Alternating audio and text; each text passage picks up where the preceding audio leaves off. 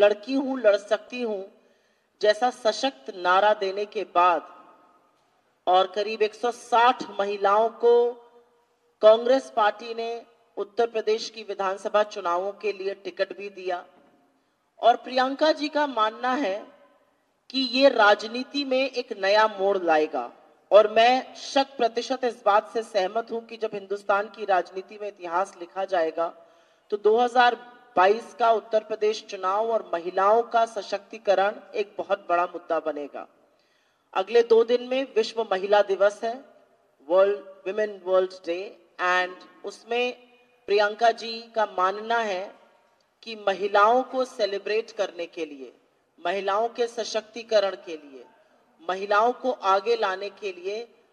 बड़ा और छोटा दिन दोनों मनाना पड़ेगा। और इसीलिए उन्होंने एक बड़े मार्च का उद्घोषण किया है जिसमें कि हमारी 159 प्रत्याशी लखनऊ में मार्च करेंगी प्रियंका जी के साथ ही साथ।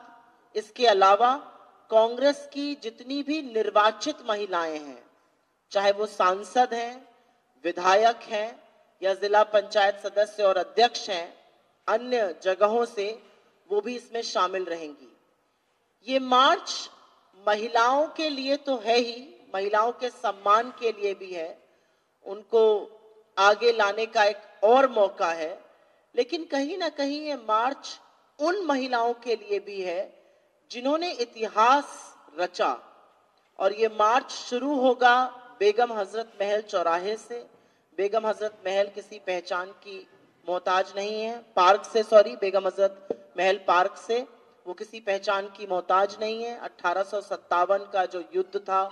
जो आजादी का पहला आंदोलन था, उसमें उनकी सशक्त भूमिका और किस तरह से उन्होंने डटकर अंग्रेजों का सामना किया था वो सबको पता है। वहां से होते हुए ऊधा देवी चौराहे से होते हुए, और ऊधा देवी फिर से मैं बोलना चाहूंगी, आजादी के आंदोलन में उनकी सक्रिय भूमिका, उनकी निडरता, उनकी निर्भीकता और जिस तरह से उन्होंने अंग्रेजों का सामना किया था वो अपने आप में एक मिसाल है। और अंत होगा इसका हजरतगंज के जीपीओ पर, गांधी प्रतिमा पर,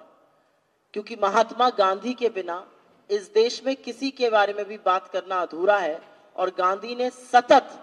महिलाओं के सशक्तिकरण के लिए, उनकी भागीदारी के लिए, उनको आगे लाने के लिए बातें करी हैं। और जिन महिलाओं का खास तौर से उत्पीड़न हुआ, उन महिलाओं को स्वच्छंद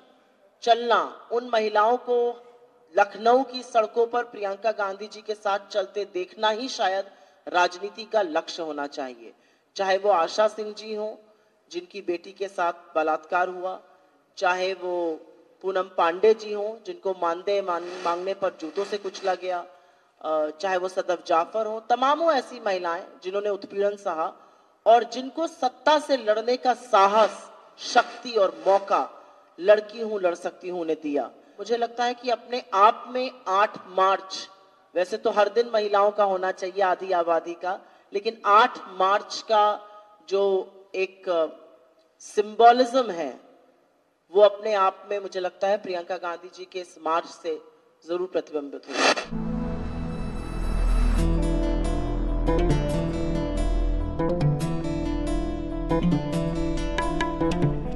गिरिनंदिनी नंदित मेदिनी विश्व विनोदिनी नंदनुते गिरिवर विंध्य शिरोदिनी वासिनी विष्णु विलासिनी जिष्णुनुते भगवती हेशिति कंठ कुटुंबिनी भूरि कृते जय जय हे महिषासुरमर्दिनी रम्य